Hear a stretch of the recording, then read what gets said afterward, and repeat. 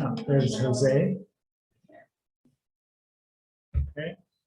Welcome to the August meeting of the HAC. I would like to call this meeting to order and begin with some housekeeping details. This meeting is not a webinar. We are joining you from a community conference room in individual homes. You are not automatically muted. We would appreciate everyone muting your mic when not speaking. If there is too much feedback from open mics, we will need to mute all. Raise your hand to be recognized if that occurs.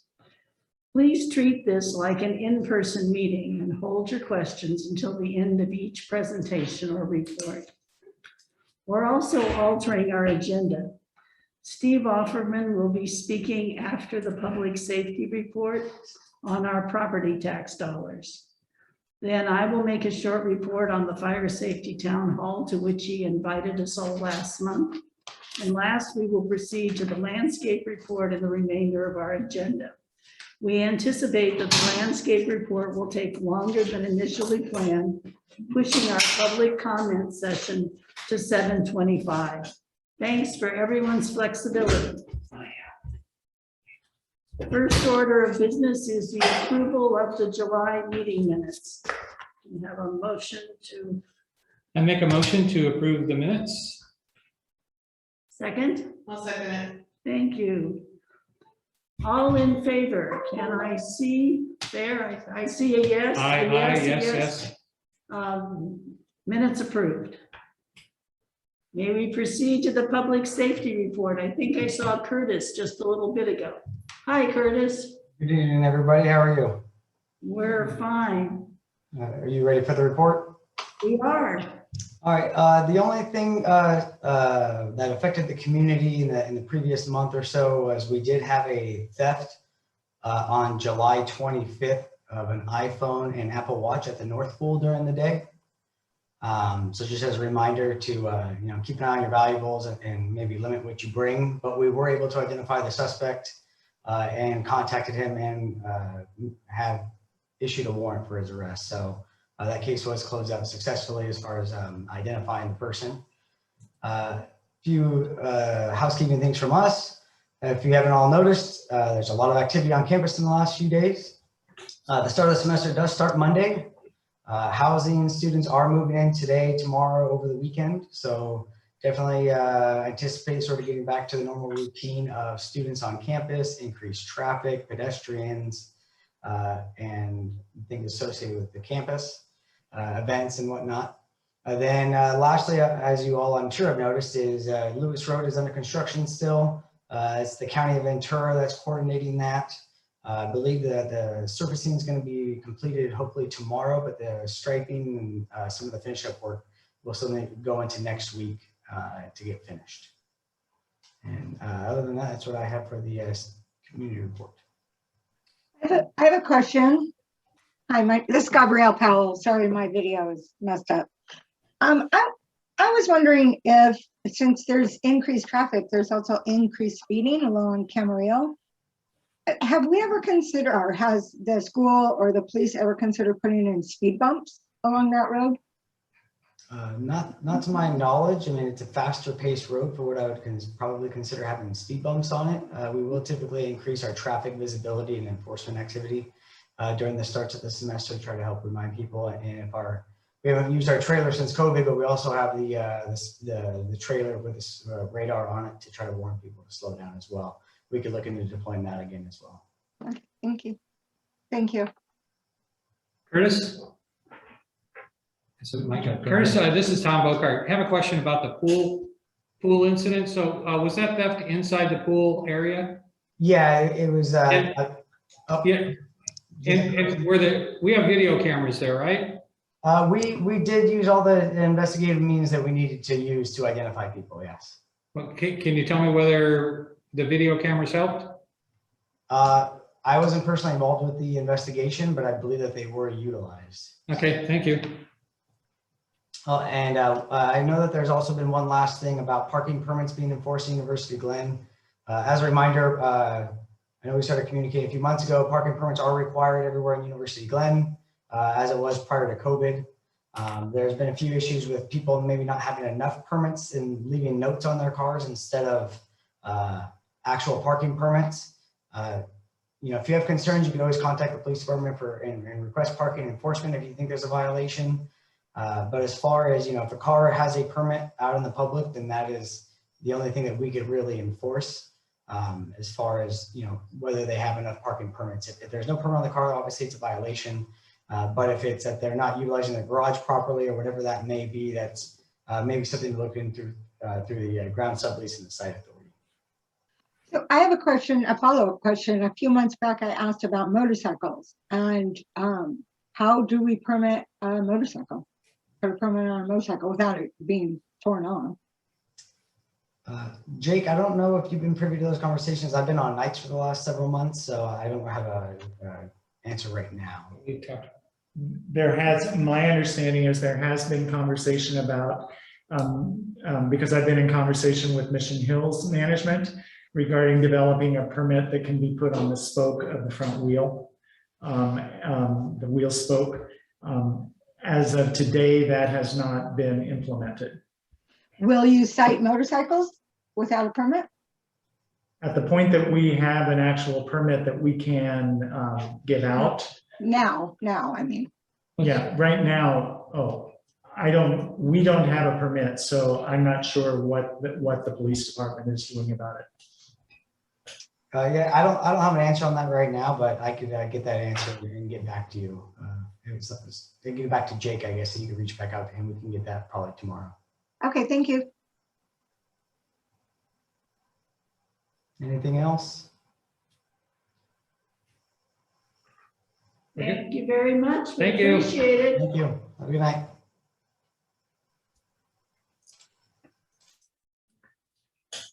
Is Steve Offerman online? No, I don't see him. I don't see him. Do you have his number? Well, why don't we go ahead with the landscaping then? Okay, if you would like. We're going to flip the agenda again and follow our original order of doing landscaping. The original orders was social committee up first. No, we're at the beginning of the agenda. So we're in the bright. Oh, blue I'm sky. sorry. Okay. Apologies. No problem.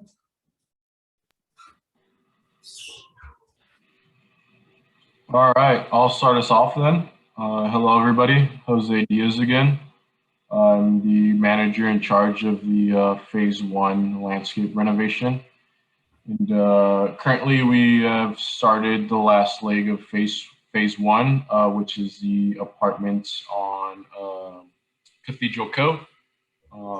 As you probably noticed, we started planting in the fronts of those apartments, and we'll continue to plant the rest of that and hopefully finish by the end of August.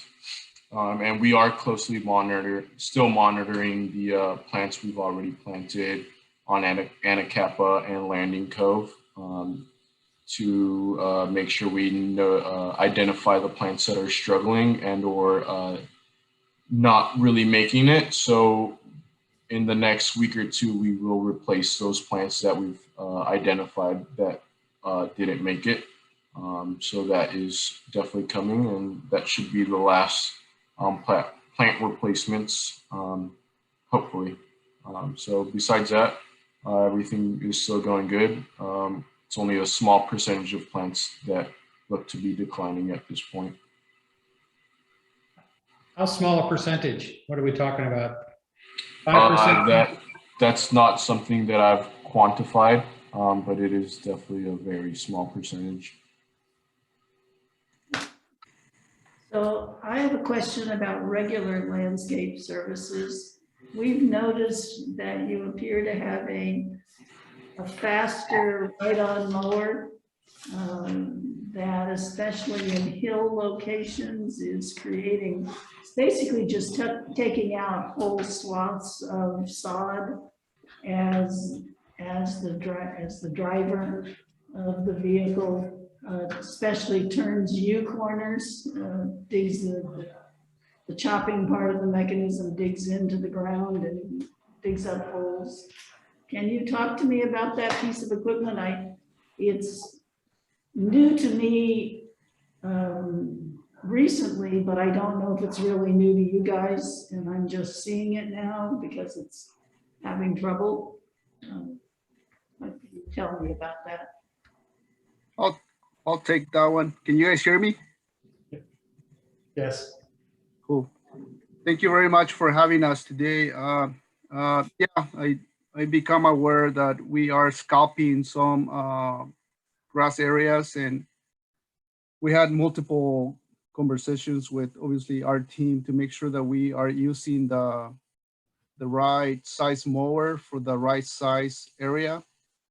We have, I mean, throughout the University Glen community, we have areas that are uneven, and it's critical that we are using the right size mower.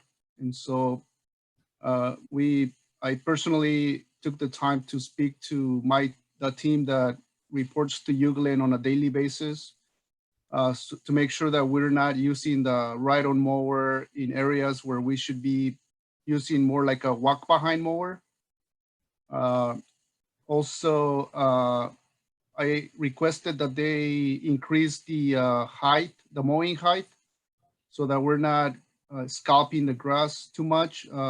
Typically in the summer months, we want to allow the grass to grow a little taller, because with the heat of the summer and not being able to water the way we would like to water, I told them that it's important that we mow the grass a little bit taller so that it's not stressing as much. So we're gonna be monitoring the size mower,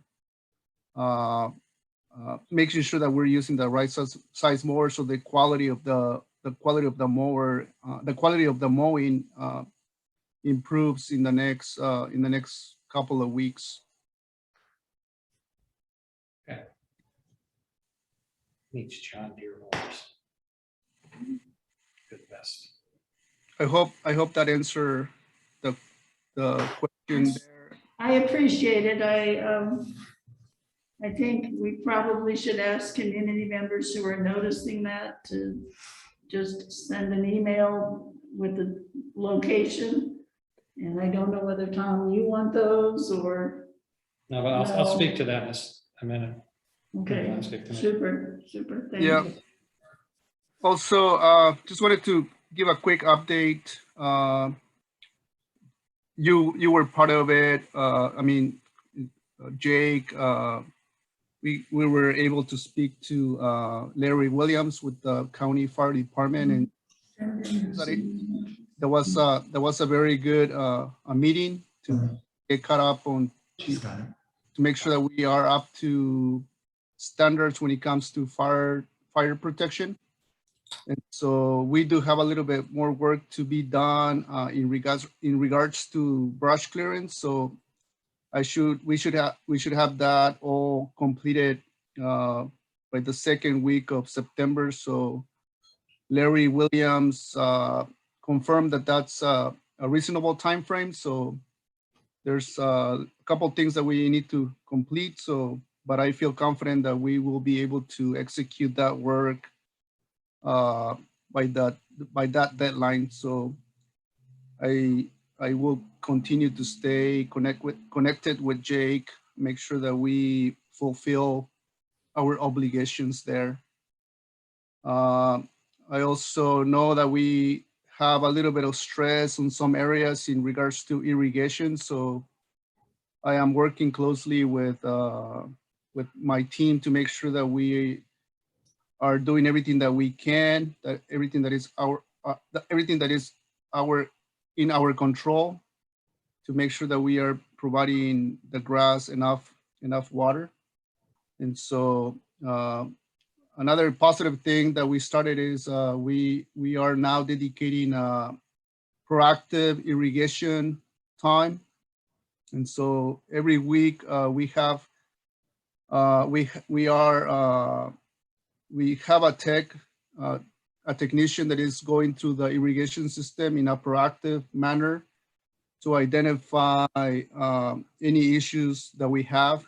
Pretty much wet checking every single station to make sure that we are capturing any issues in regards to problems with irrigation. And so I'm confident that that's gonna continue to improve any issues in regards to irrigation. So we started that this week, and so I think it's gonna be a really good thing for the University Glen community. And so we'll make sure that we provide some more updates in the next upcoming HAC meeting. And so I think that's all I have as far as updates. I see Toby participating here, and I just want to say that we need to replace some plants that they're not doing very good. I noticed that when I was reviewing some of the brush clearance, so I'll make sure that we go back and make that right, because I wasn't proud of that. So I'll make sure that I go back and address that for Toby. Let's make sure that we maintain the 5 feet clear if you do any planting, and let's communicate, what the expectation is and be on the same page whether the plants need to be replaced or not. Okay, so we can talk further about that. So, Lazaro, were the plants you identified for Toby, were they on the side of the building or in the front of the building? They're on the side of the building. They're probably a little closer than 5 feet. The fire department is asking now that 0 to 5 feet, they're not encouraging plant material. So if we put something else, we'll probably have to put it a little bit, at least 5 feet away from the building. So. And is the irrigation on there at that location? There's irrigation there. For whatever reason, those plants are struggling. We installed new plants and we created some basins, but I see that they're having a hard time taking off. Am I allowed to speak? Yes. Anything Yes, go that's ahead. planted, are you able to hear me? Yeah, Okay. Anything that's planted requires water to live. This is the second time that area has been planted. So there'll be no more excuses. If something's planted, it better have water. Understood, Mr. Friesen? Understood. And also the 5 foot, I'll have to look it up. I believe that doesn't start until 2025 and it's only for new construction. But I'm happy to go along with anything fire related. And I'll bring up publicly now, even though there's only 4 people in the community watching, that Larry Williams has given you until September to make sure that we are fire safe. But that work should have all been completed by June 1st. You were required to come out and do more work because your work was insufficient. That's a big difference between we're on schedule to Larry Williams saying it's okay for September. It was due June 1st. You will be 3 months late, and we are in one of the highest fire rated zones in this county. Thank you for listening. I would like to respond, Toby. Is that Brightview, and we contacted Larry Williams prior to June 1st. We removed all of the brush as the university had done in the past. We asked for them to come out and to evaluate it, and they chose not to, or they gave us an all clear on June 8th that we were in compliance. So, we're working with Ventura, and I would appreciate the understanding that we are working with the County of Ventura to meet the requirements. Thank you. Can I ask a couple of questions to Lazaro and to you, Jake, maybe to the bag? So as we've been looking at the perimeter clearance, as we discussed the other day during the walkthrough with Larry Williams, are we keeping track of the work that is not part of University Glen versus what is? At the That present, helps determine, I assume we're paying for this work? Someone is. we're paying for this work. Someone is. And what the clearance that we're doing is in relationships to the buildings in University Glen only. But the land where the clearing is done is not University Glen property. Right, so. Like we- the have creek, not the parsed creek and that. up the hill by Toby, that's site authority property, not Yeah. University Glen. And I really think we do have to parse this. It's important for us to parse it. Well, And it's important for the university or the site authority to understand their partnership in this to meet the requirements that are now in force. Yeah, and that's a good point. I was just looking at it from the money perspective. Budgets are tight. Part of the work that's being done, a lot of the work that I can see that we've talked about is not on University Glen. It's not part of the community. It's part of open area, open space. That's site authority land, so it's not ours to pay for. That's my argument, so. Okay, well, we need to talk to them It about means that. Lazaro, to the extent he can figure out where the property line is and to figure out the work that he's doing is to parse his billing in two pieces. So that's my comment about the financial part of this. Okay, we have to talk more about that. Because in the contract with Brightview, they were contracted to do the 100-foot brush clearance. Well, and that's fine. I'm just arguing, why are we paying for it? Yeah, I think what I will say, what I will say at this point is that it's important to make sure that the community is like compliant, that we don't have any issues with fire department, and we can always work out the details later once we know who's for what. I think that's the critical thing. Yeah, Lazaro, a lot of this isn't really your issue, other than if to the extent you can track your work between the open space area versus what's University Glen, that requires you to know where the property lines are. So, because then if there's an argument to be made about us, the community, not paying for part of your work, we need to know, what work was done on what half of the property line or what side. Okay. Perfect.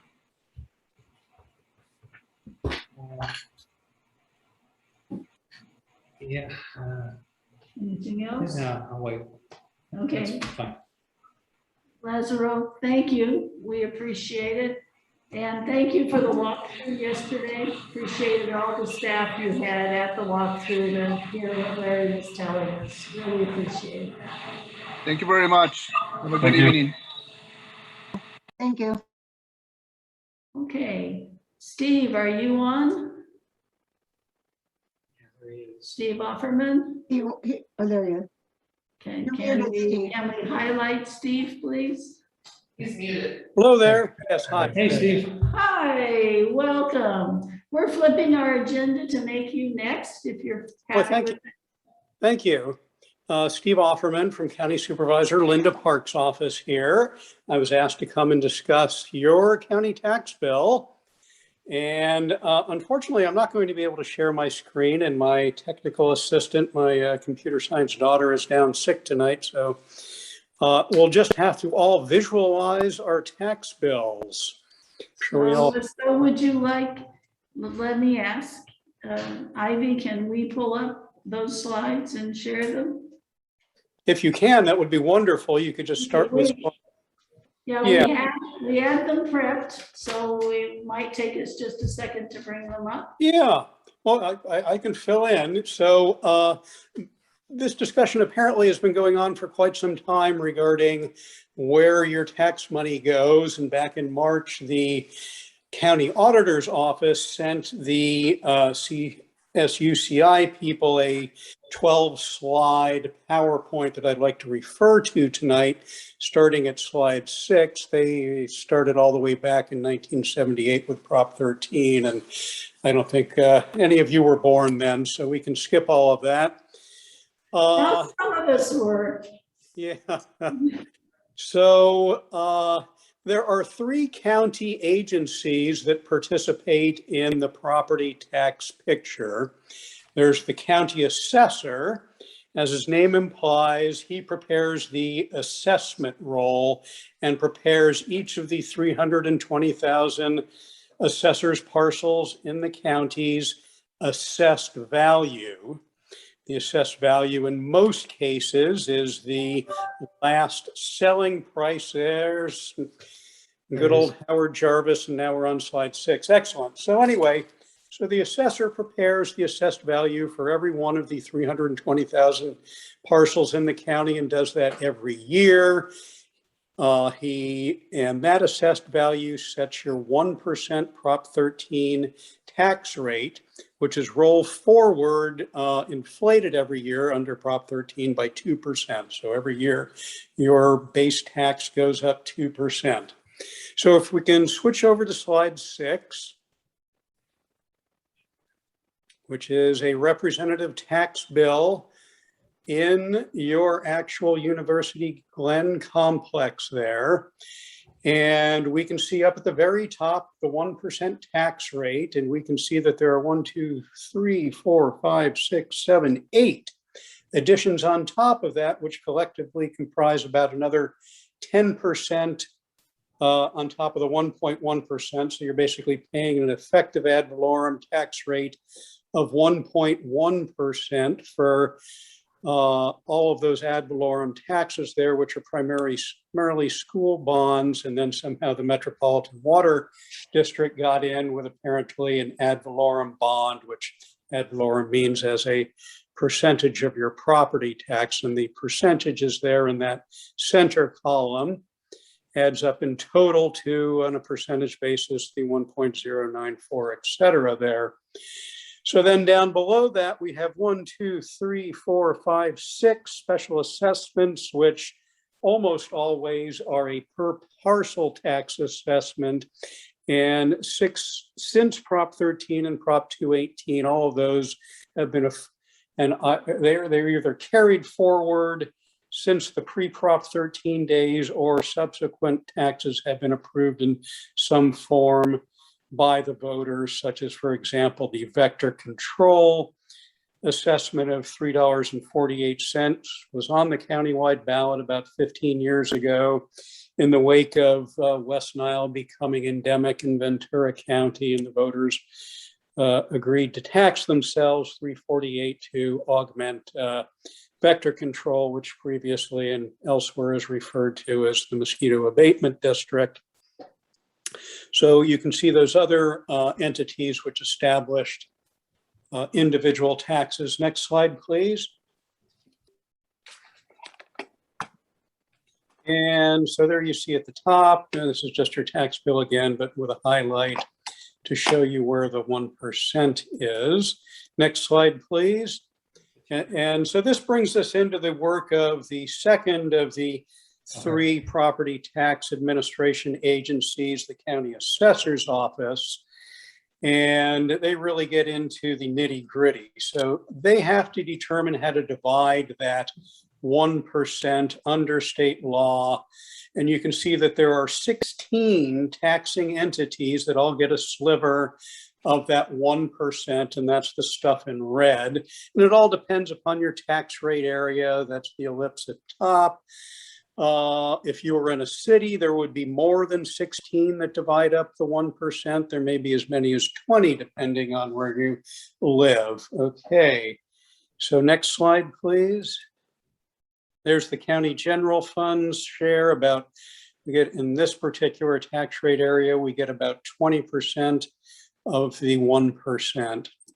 And that adds up to, if you go to slide number 10, next slide, that adds up to back one slide, please. Yeah, second from the bottom, in your case, that county's 20% share of the 1% equals $722 per year of the money the money that the county tax collector, the third entity in the property tax picture, collects, and he distributes $722 of what you pay to the county. I guess we'd have to go back to the tax bill, but the $2,900 odd that you pay for your Mello-Roos tax gets transferred by the auditor's office directly over to CSUCI. I have no idea what it's for. Typically, Mello-Roos's pay for the initial development costs that were incurred as part of developing projects. And there are a number of Mello-Roos's around the county, not a large number. They get a bit of a bad rap, but to the extent that Mello-Roos's allow a lower sales price of the home, that may not be entirely deserved, but I'm not going to get into that. So it's not Steve? my job. Yes. Steve, may I interrupt your Sure. presentation? So the Mello-Roos's has nothing to do with what we've just seen on all these slides, right? This is all property tax. Well, Mello-Roos is collected with your tax bill by the tax collector, and it is. I understand, but it's not included with any of these numbers. Mello-Roos is something Mello-Roos isn't going into the county general fund. It's not. Yes. A for that answer. Yes, the county gets Okay. zero. So let me pause before you get into the any more Mello-Roos discussion. So let's go back to the county general fund. So that's a large chunk of, the property tax allocation that the county puts together. So for us at University Glen, what's in there? Are policing services part of that general slide, fund? please. Okay. Excellent Sorry. segue. Appreciate that. Thank you very much. Okay, here we go. I set you up for it. Yeah, that was brilliant. So that's where it goes, right there. That's where the general tax dollars that come into the county general fund goes. And you can see that we're a law and order county here, and about 60% of your $722 goes into administration of justice, which is broken down. The largest share goes to the sheriff. The second largest share goes to the district attorney. The second largest share goes to the probation department. The third largest share goes to the district attorney. The fourth largest share goes to court security. The fifth to the public defenders, and the last little bit for miscellaneous. So a question did come up about sheriff's patrol, and you do get served by the sheriff, but the sheriff's budget is broken down into a number of different categories. They provide both regional services and patrol of the unincorporated areas. And so for regional services, the biggest one, it's in the 40% range, is their detention services. So all of the customers of detention services in the 2 county jails and those with those attractive ankle bracelets come out of the county sheriff's general fund budget. None of our contract cities or none of the cities contribute whatsoever to detention. Very large chunk, very personnel intensive effort by the county sheriff, but all those people who are arrested, sentenced, got to go somewhere. And the state has gradually backed out of detention and dumped more of individuals who would have previously served time in state institutions into our local county justice system, both for probation and sheriff's detention. So sheriff has a number of other services that are regional in nature. They have the aviation unit, which collaborates closely with the fire department for firefighting, but also for pursuits, for search and rescue. If you get stuck in Europe hiking in the mountains, it'll be the sheriff coming out of the general fund budget for his regional services that gets you out of there. If you're in a car crash down on PCH, et cetera, et cetera. Other regional services are regional crime response services such as, say, the human trafficking unit, the bomb squad, the gang unit, the major crimes investigations, for things like conspiracy, drug trafficking that cities just aren't equipped to handle. Should any of that involve you, either on the premises of CSUCI and University Glen or elsewhere throughout the county, you would be the beneficiary of the investment in those regional sheriff services. And then we get down to patrol. Patrol is broken into 3 areas of the county: west, central, and east, and you're in the central division. And the central division patrol, and there comes out to, let's just say the unincorporated area very roughly is about 10% of the sheriff's budget.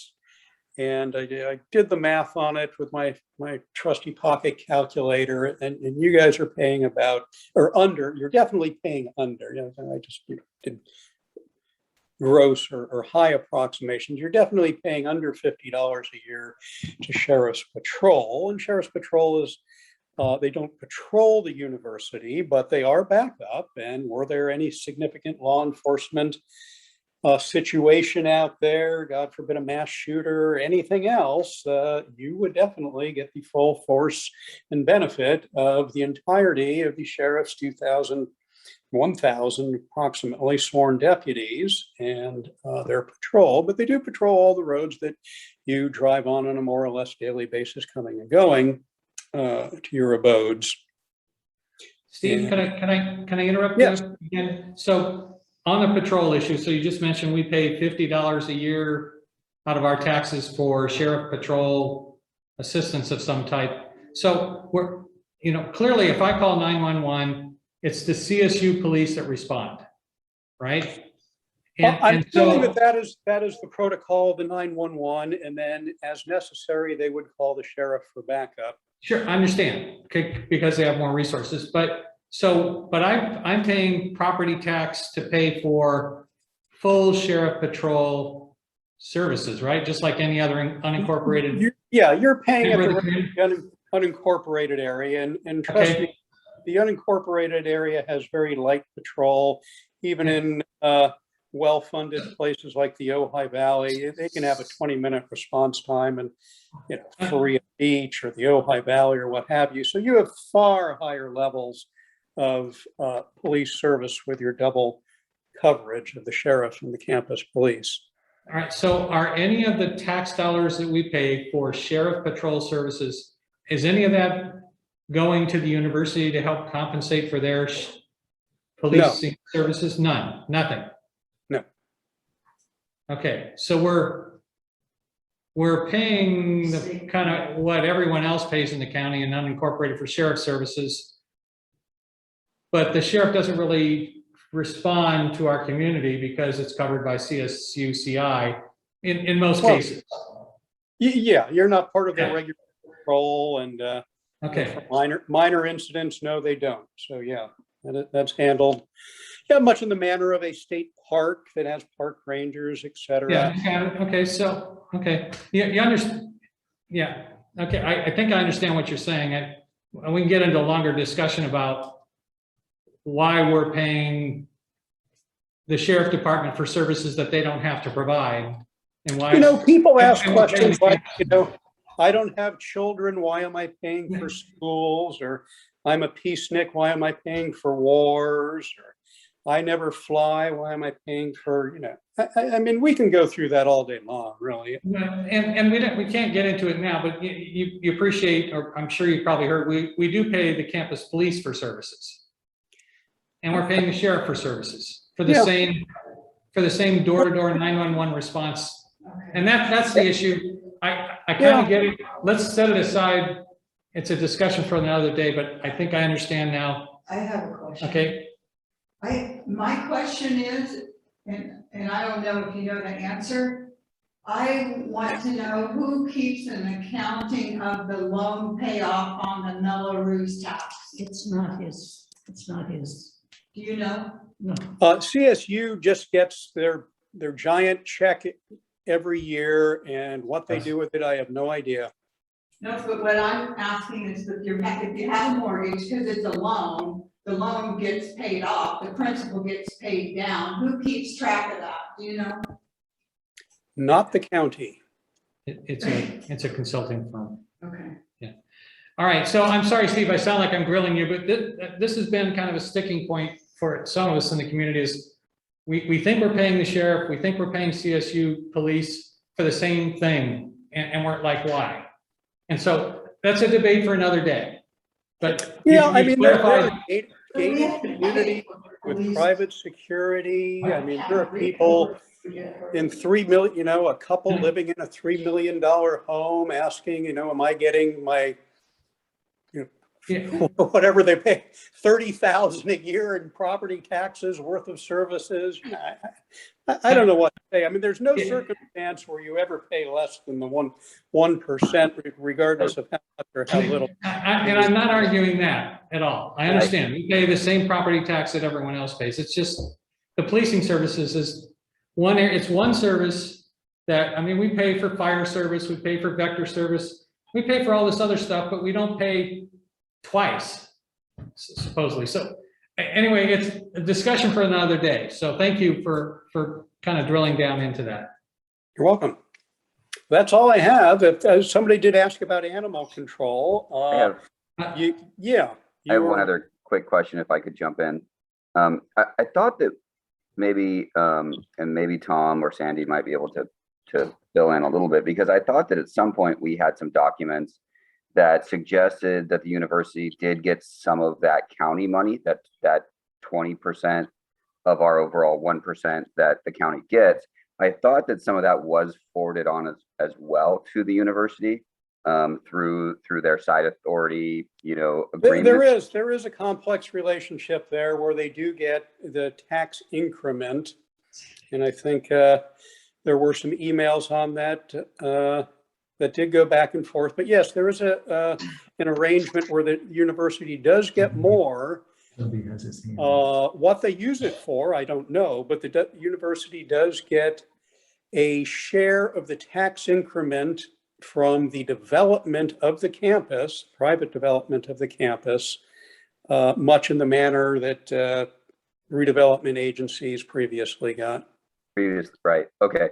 So then just to be clear, so that what you showed us as far as the breakdown to the county, I mean, I guess that money still does go to the county, but there is somewhere in there actually a piece that is forwarded to the university. And I think that's something that we're very interested to find out, I guess a little bit more about that particular agreement. And there were a couple of emails on that topic that I provided to Sandy that had circulated between some of your members on that. I don't know if she can send those to you. I can share some of that information back, but we don't have a clear answer on how the 20% is used by the site authority. And that's something that we're working on as a community. And it's not really an answer that we can reasonably ask you to have. So it's on our agenda. Yeah, Toby Wheeler also had his hand up. So I'll let him talk. Okay, Toby. I just wanted to thank Steve for his elaboration on the contributions of the sheriffs. One thing that community members may be able to relate this to, last year, I believe it was about August, but just say last year, an autistic young man went missing. And the sheriff's department immediately responded with helicopters and officers trained in drone capabilities.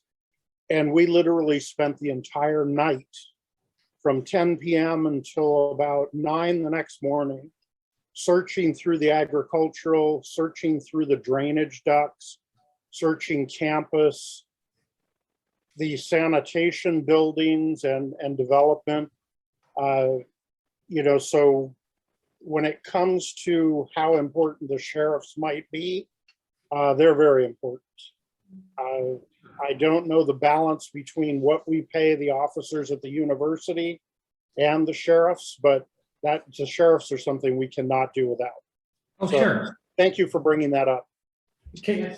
So can I just, so to be real clear on Kevin's question, so that 20% of our property tax, forget Melrose, 20% of our property tax is sent from the county back to the site authority in some kind of complex arrangement.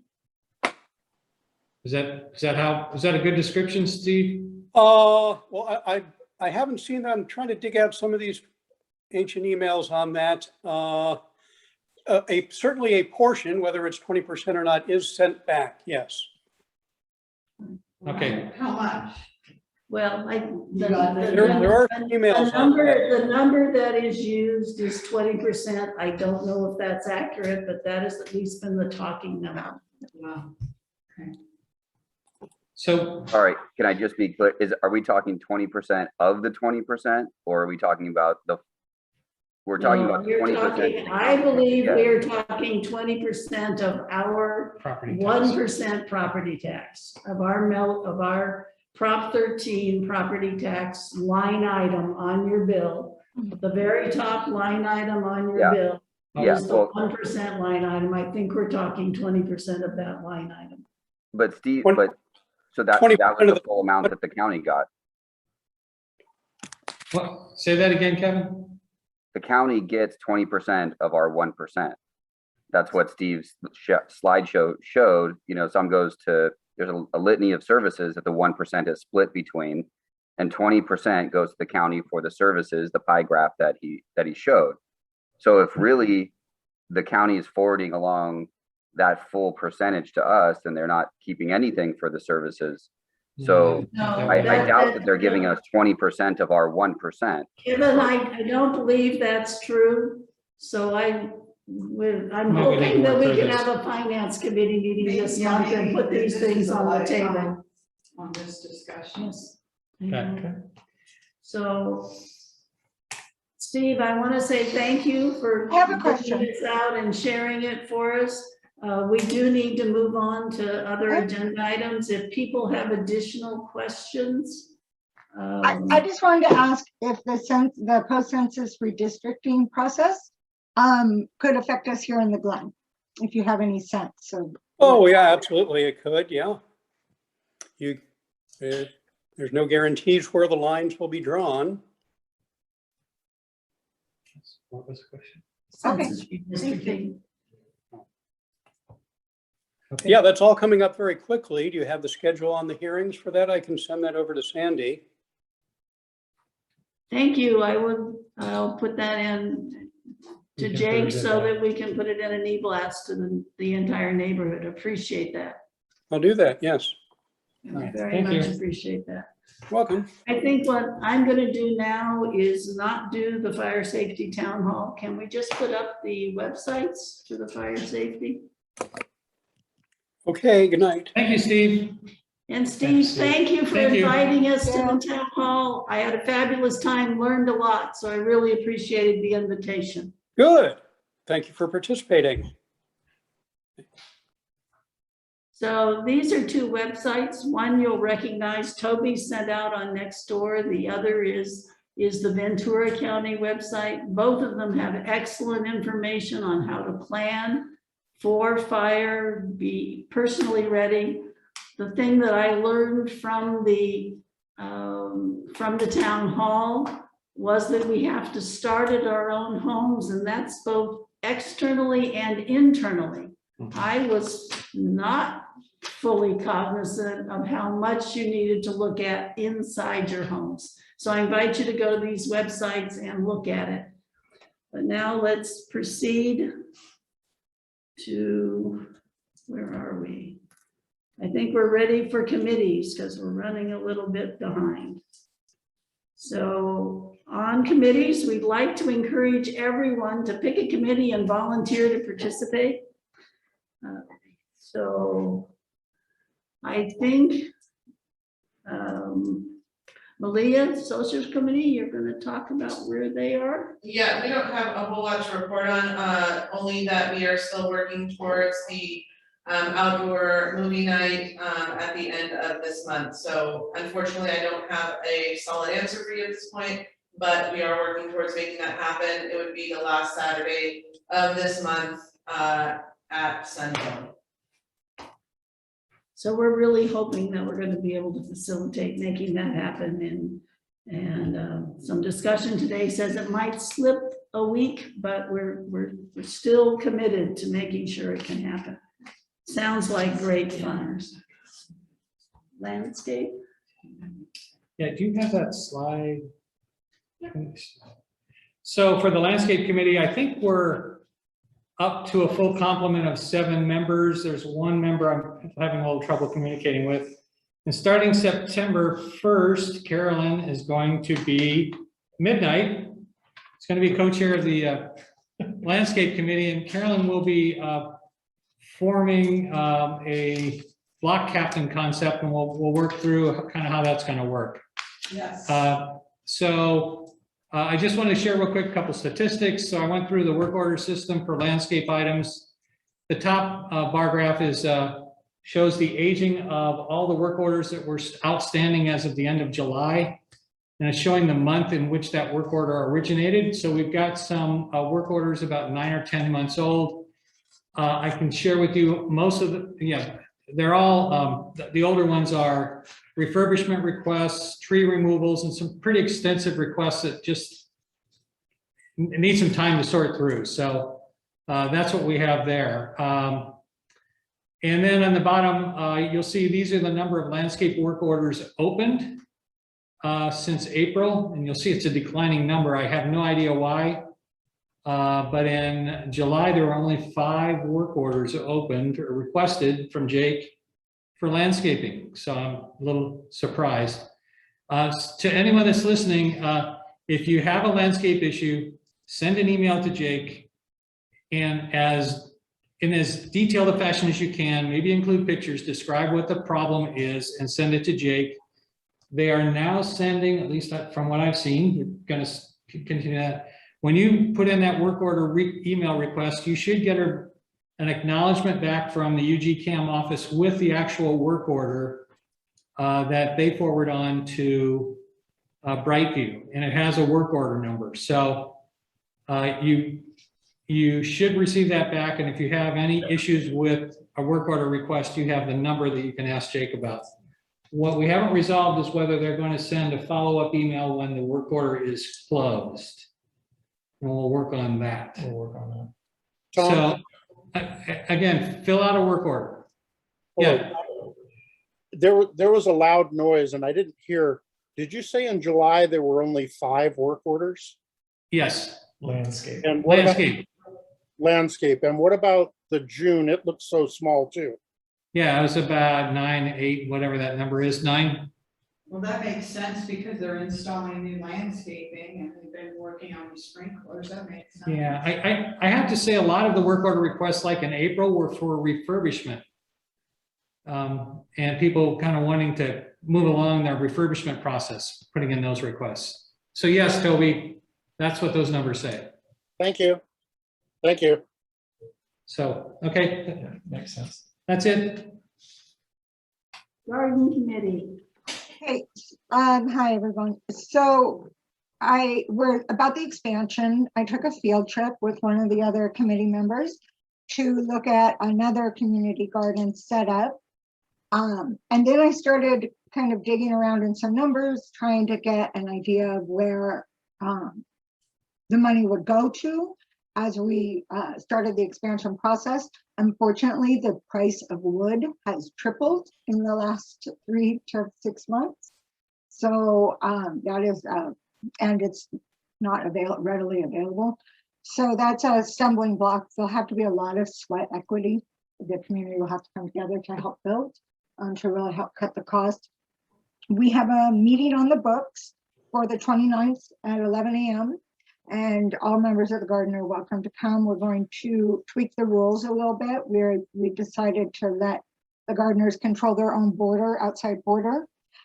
I've been asked to forward the final rules to the HAC when they're done. There has been a discussion as to whether it's even appropriate for these rules to be included in the GSL because, you know, they do get tweaked from time to time. So we can discuss that, but more to come. So Gabrielle, all rules get tweaked from time to time. That's why we're allowed to edit them and modify them. So I don't think that's a concern. I don't think they should be in there either. I agree with Gabrielle. Okay, so thank you. Other than that, that's about where we're at, and we'll have more to report after the 29th. Thank you. Gabrielle, do you recall what your budget is for the expansion? 5,000. Okay, and you're struggling right now trying to figure out how to do that because of lumber? Well, because the price of everything has gone up. Okay. So, yeah, but lumber in particular has just gone through the roof. Okay. And there's shortages everywhere. So, but I mean, we can most definitely get it done. It's just going to take some creativity and probably, some community effort. Yeah, do we know who's going to actually do the work to put it together? Is that something that the committee can do itself? Kevin, mentioned kind of the barn raising approach, and there are quite a few skilled gardeners. Okay. So the volunteers are going to put it together. We're looking at that possibility right now. That's our strongest possibility. Well, just get the lumber off of Kevin's lattice work. He's got some extra work there, extra wood. Gabrielle? Yes. Have hope. Wholesale lumber fell 37% in the last 10 days. I saw that. I did. I did. So have hope. I did, which is why we're waiting to put in our flooring for a few months. So we'll have more to report after the end of the month. I have a question, about not whether we want to put the garden fitting rules in or not in the GSL. If we didn't put them in, how would, new homeowners get a hold of them? I'm just On curious. the Kennedy, on the CSI, UGlen website. That's where I believe. Okay. Or the application, they have to agree to those rules to get applied. Exactly. But if they're not in the ground sublease, it also means if there's an infraction, Jake can't help you. Yeah. Well, I think the garden, I don't think Jake needs to be dealing with the garden. I would agree with Carolyn on that as well. I think it's Okay. So That's all right. can I put the rules issue back on the agenda for what I hope will become a special meeting on the 28th? you can, our meeting is on the 29th, but you can, if you want to take the garden off, that's fine. No, we will not necessarily get to you on the 28th. It's okay. That sounds good. It's really okay. But that's an issue for just a few minutes from now.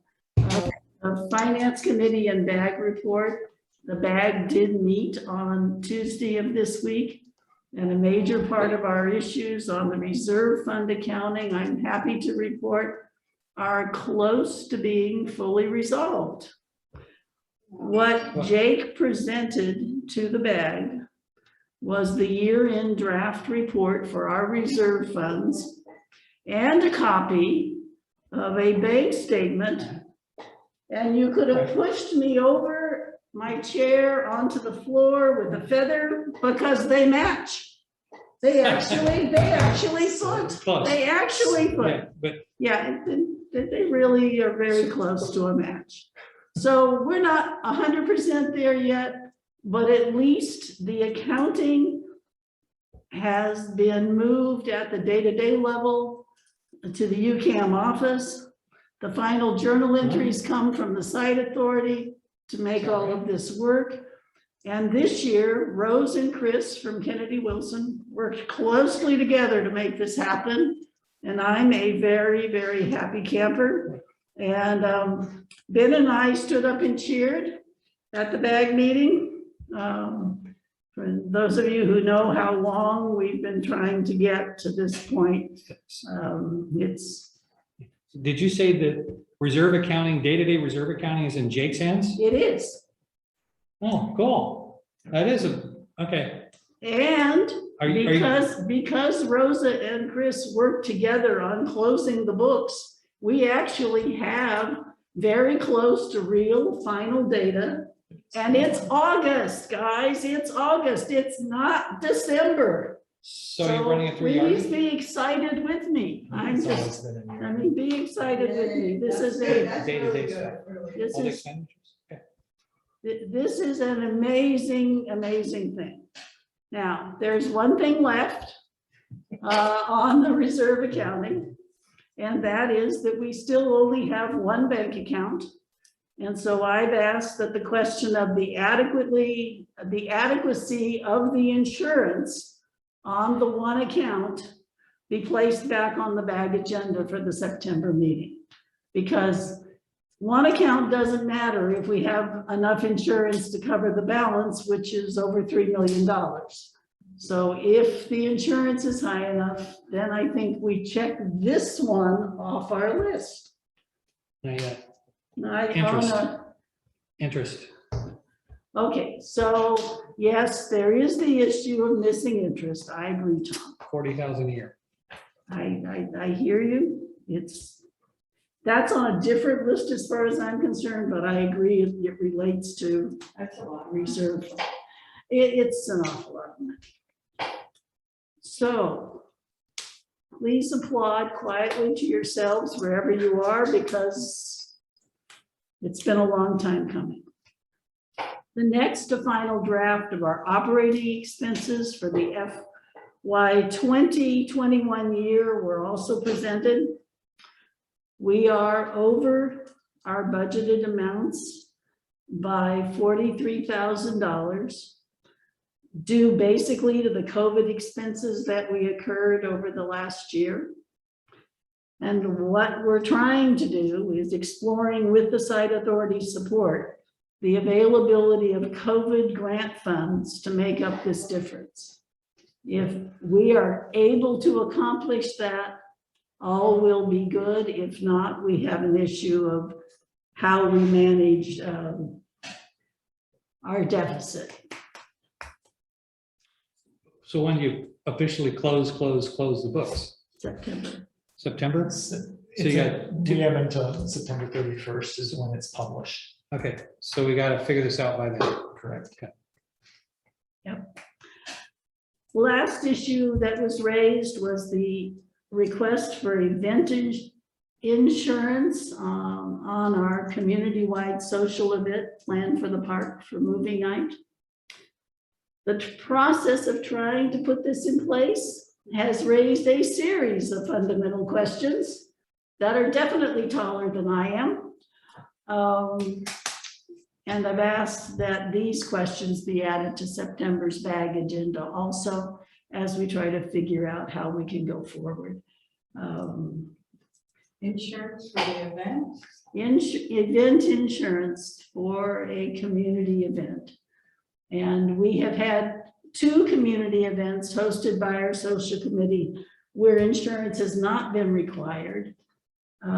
So one theory is that the only reason insurance is required in this one is that it's in the community park rather than in some other area. We're going to make that assumption and just plow forward with potentially doing the event elsewhere in the neighborhood. Which event? Movie night. The movie night? Do it Movie somewhere night. else? Yes. Grassy knoll. Grassy knoll. So we have an area that would probably accommodate him. Okay, well, Everyone else it would. seems like we need to check with our insurance company. This is all an insurance issue, so they need to tell us whether we need insurance, special insurance for anything in University Glen, whether it's in the community park, whether it's on the sidewalks. Are we covered or not? We are in the process of asking those questions. We have been referred to a person that we have not met yet. Okay. It's not a question that we're going to get an answer from Alliant. It's a question that's an internal one. So we are asking that question. Yes. When ma'am? I've done events in like county parks and things like that, I just call up the insurance company and say, I need an endorsement, and then I get it, doesn't cost anything, and just a phone call. It should be simple, because if there's insurance, then they'll cover it. That's the point. Should be easy. You're making an assumption that may not be valid. then we have to figure out what kind of insurance we're paying for if it won't cover for an event like that. We just had an insurance, review, so, yeah, Exactly, Agreed. exactly the point. agreed. Exactly the point. That is where we are, is trying to sort exactly those questions out. Right. So I am truly looking for other people who might want to dig into these numbers with us. So anybody interested in pursuing the insurance issues, the interest on the reserve fund issue, the tax issues, anybody interested in any of those things, I invite you to email me at sandy.boyd@gmail.com.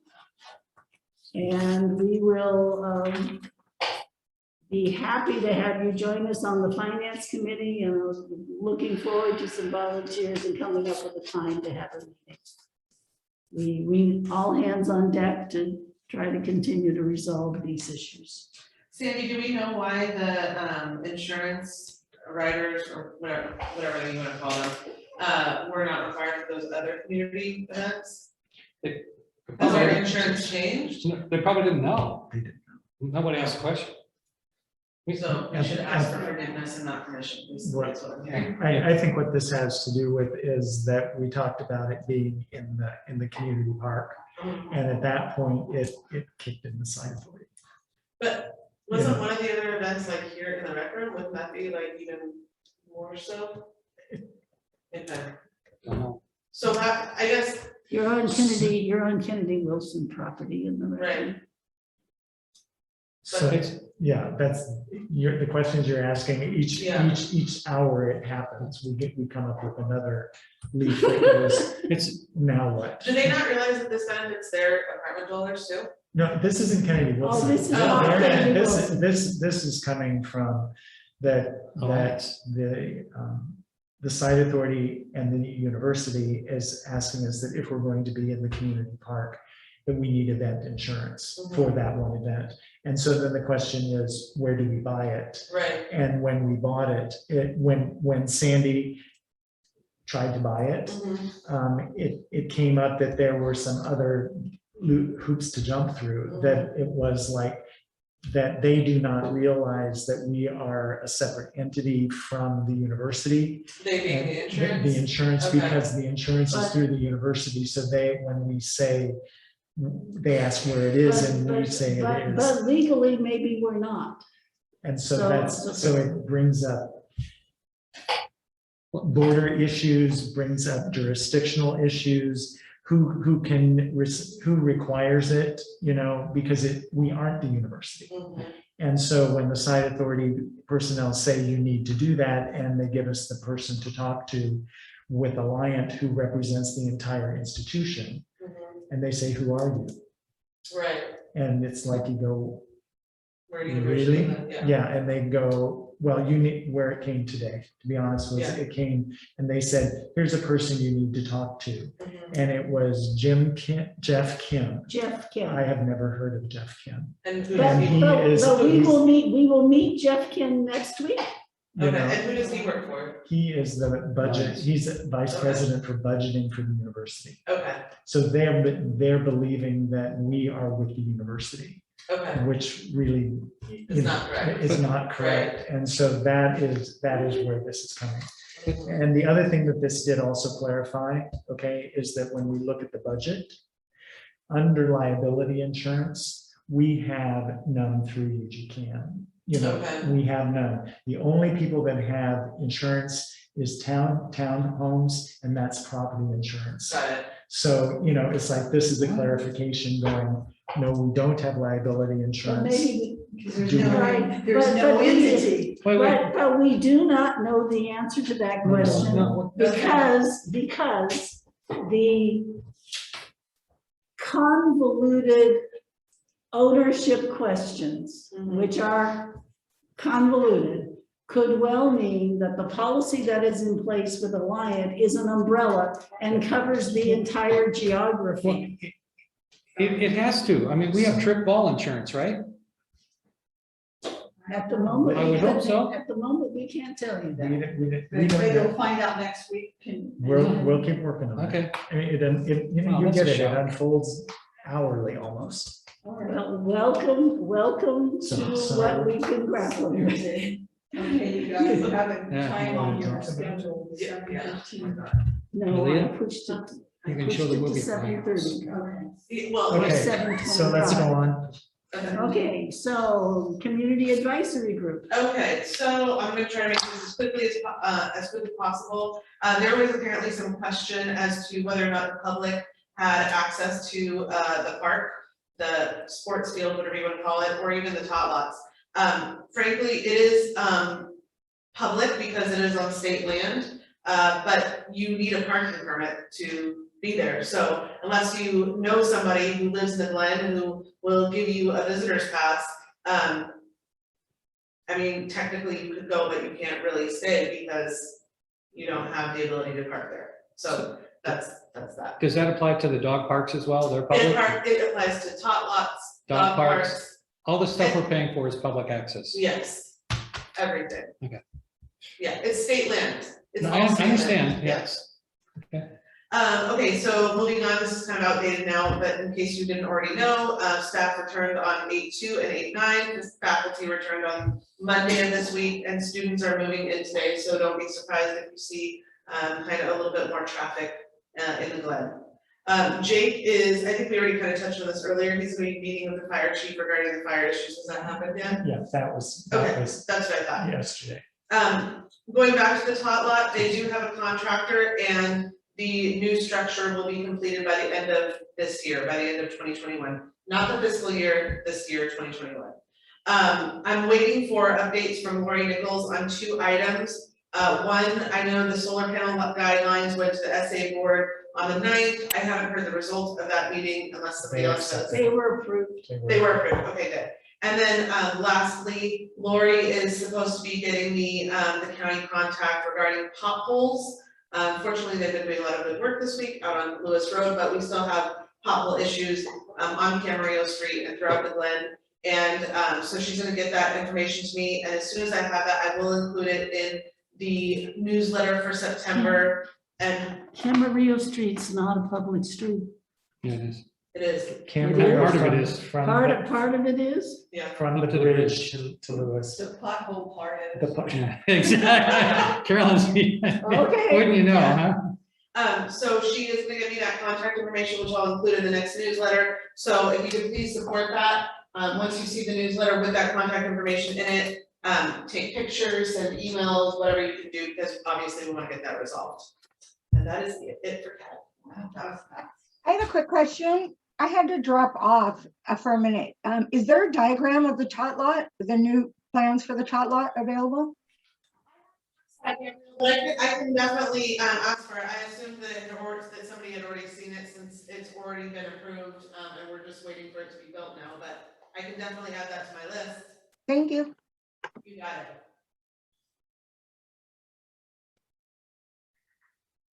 That's it.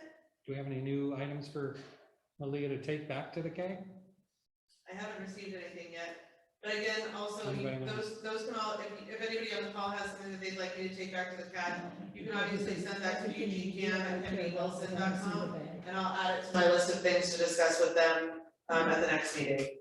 Yeah, so financial issues belong in the bag, so if you have financial issues, please get those to either Kevin or I. And more general issues, potentially are CAG, but we need to make sure we only take CAG things to the CAG. Jake? I have several items, updates regarding the landscaping, the clocks. Today I can report that I've got all of the maps for all of the irrigation system in my possession. What? And tomorrow morning, we will put it all together. We're going to do a table of contents with the overall map. And then we will have the individual maps, all in one PDF, which will be online.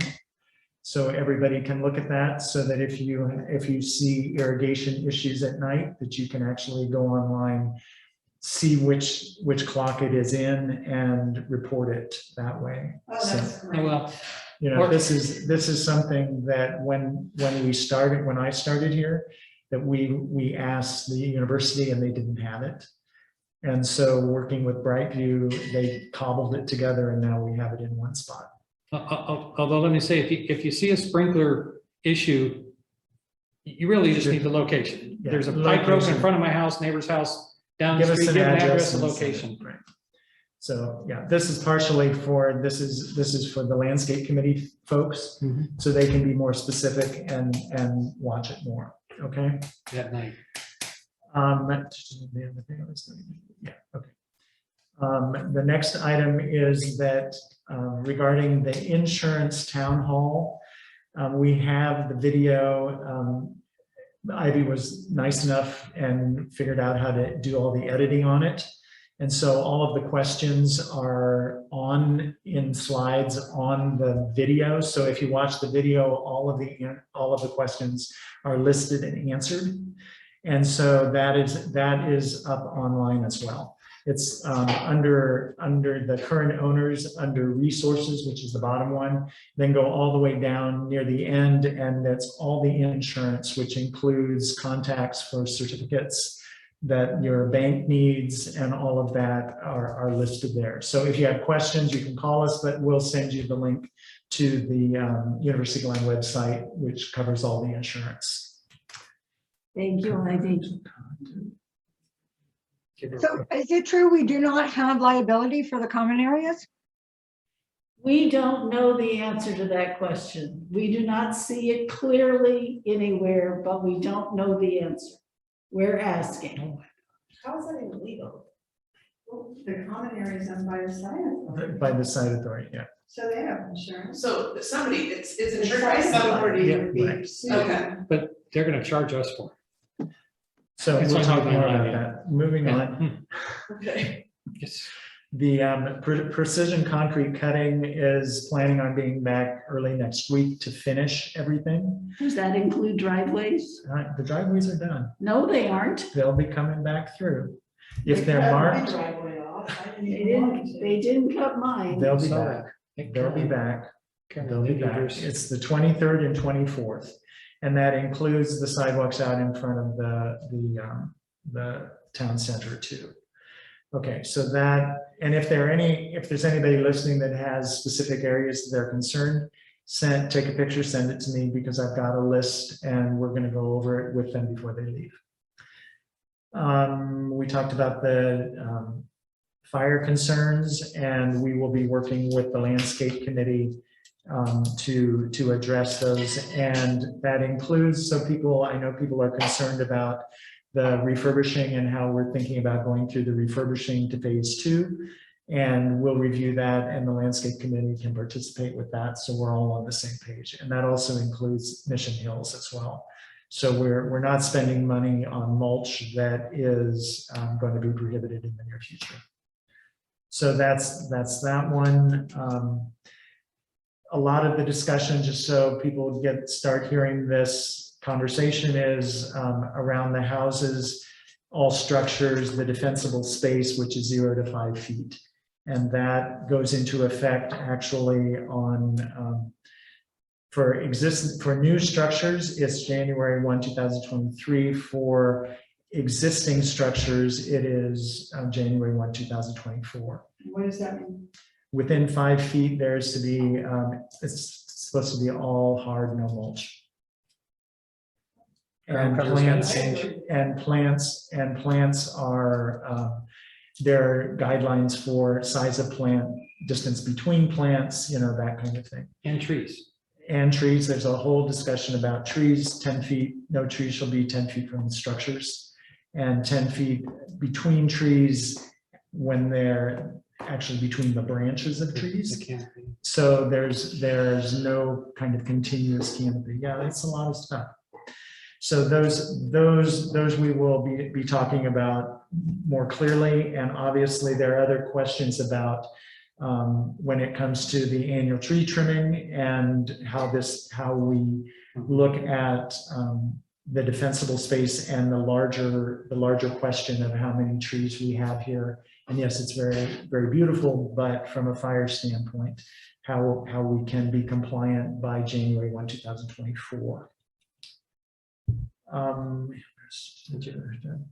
That is pretty much what I've got. If you have any questions or have work orders, be sure to just send us a picture real quick. If it's a landscaping item, and send it to ugcam@kennedywilson.com, and we'll put the work order together, and so we can work together to get those things taken care of. Jake, there's one aspect of the January 1st, 2024 regulations. It also includes home hardening, different from landscaping. So we have to put in certain style grills. We may have to cover the soffit in our homes, the townhomes, well, single family too. So there are alterations to the buildings that Is may be there a required. grandfather clause to that, or they're saying that everybody has to modify? Where we are today, Carolyn, is that in our conversation with Larry Williams, he commented it isn't legislated to Okay. date. It is recommendations, Okay. but it's moving through the state legislature with the insurance companies. And, Mr. Williams was kind enough to be straightforward, saying, each fire season and each fire that comes along makes it more stringent, and it's being pushed by the insurance companies, and we hear that. And so that's where we are. And so they're suggesting that the recommendations may become law soon, but as of today, they can just say these are recommendations that we anticipate will be implemented and become law. Well, they don't say law, implemented by these dates. When we talk enforcement with them, he really goes, I don't know what that looks like. So, well, there's no law, we can't enforce it. Right. But it's So- a recommendation for insurance. Right. It's a fire regulation. So in that sense, for us to develop a plan over the next 2.5 years, so that on January 1, we aren't, deer in the headlights going, oh, we didn't know. No. Right. And so that's what we're looking at. So the point is, as we move to the next phase of landscaping, we may want to turn the steering wheel a little bit, the ground cover approach needs to Absolutely not change. put that stuff down. Yeah, Absolutely. absolutely. And the kinds of plants, we need to look at them closely, the spacing, all The this. spacing and various things. And as Yeah. the bag looks at the budget for next year, we need to start looking at home hardening if we're gonna have to do it. We've got to start figuring out What do you keep saying? home hardening. Home hardening, it means if you go out and look at the outside of your home, if you have open eaves, you look up and you can see. I thought we had closed eaves. Well, No. so our roofs are closed, but we have Air vents. air ducts Air vents. and we have holes that are about that big Yeah. that have 1/8 inch screen on them, and 1/4 1/4 inch inch screen. screen instead of what is now required, which is 1/8 inch screen. So all the screening There's has to be changed. Another thing is the gutters. They talk about clean out all the gutters, and then they also talk about, do you put screening on the gutters? So that there doesn't accumulate, so you don't have debris in your gutters for embers to start a fire. So there are several things that we really need to So we look need at. to figure out the financial And we side. have vinyl windows. It can be done. And the other thing that goes into this as well, from a community standpoint and working together on it, is from the townhouse standpoint, we can put that in the townhouse budget and figure it, but single families, how do we communicate clearly, these are the recommendations, this is the time frame, this is what you need to do? Because a lot of when you look at a lot of the properties, I'm thinking the single families, I don't want to be alarmist, but there are a lot of trees within 5 feet of the building.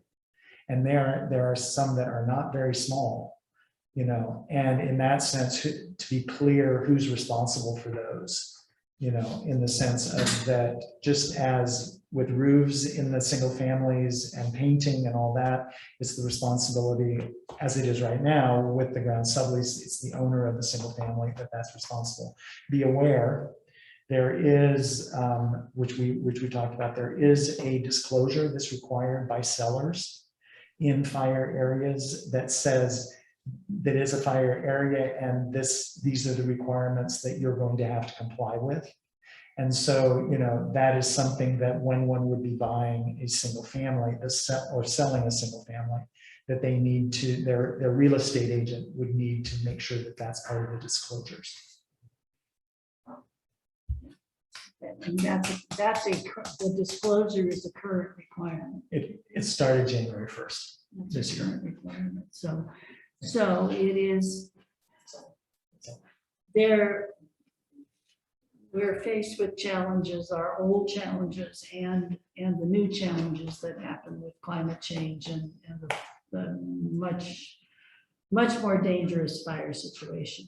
So are there any additional discussion items or new topics that anyone would like to bring up? I have one. Toby, who does the landscaping behind you? Toby, who does your landscaping? I'm seeing the landscaping behind you. I like it. Your columns. Who does the landscaping behind your portico there? Are you able to hear me? Yeah. Yes. I'm sorry, what are you saying? I say the landscaping in your backdrop that you created. Who did your work, your landscaping? In your green. Not I right would- now. I would think it would be fair to say it. I was thinking it would be fair to say it wasn't Brightview. Okay, well, I didn't see a work order for all that. I don't know how you got it done, but okay, good Good enough. job. It's a nice crepe myrtle there. Thank you. Okay. So we talked about that. We done. Okay. Anything else? I think we're good. Do we have anyone who's asked for a slot for public comments? Okay. Then we stand adjourned for property improvements. Thank you all for joining us. I think Toby is the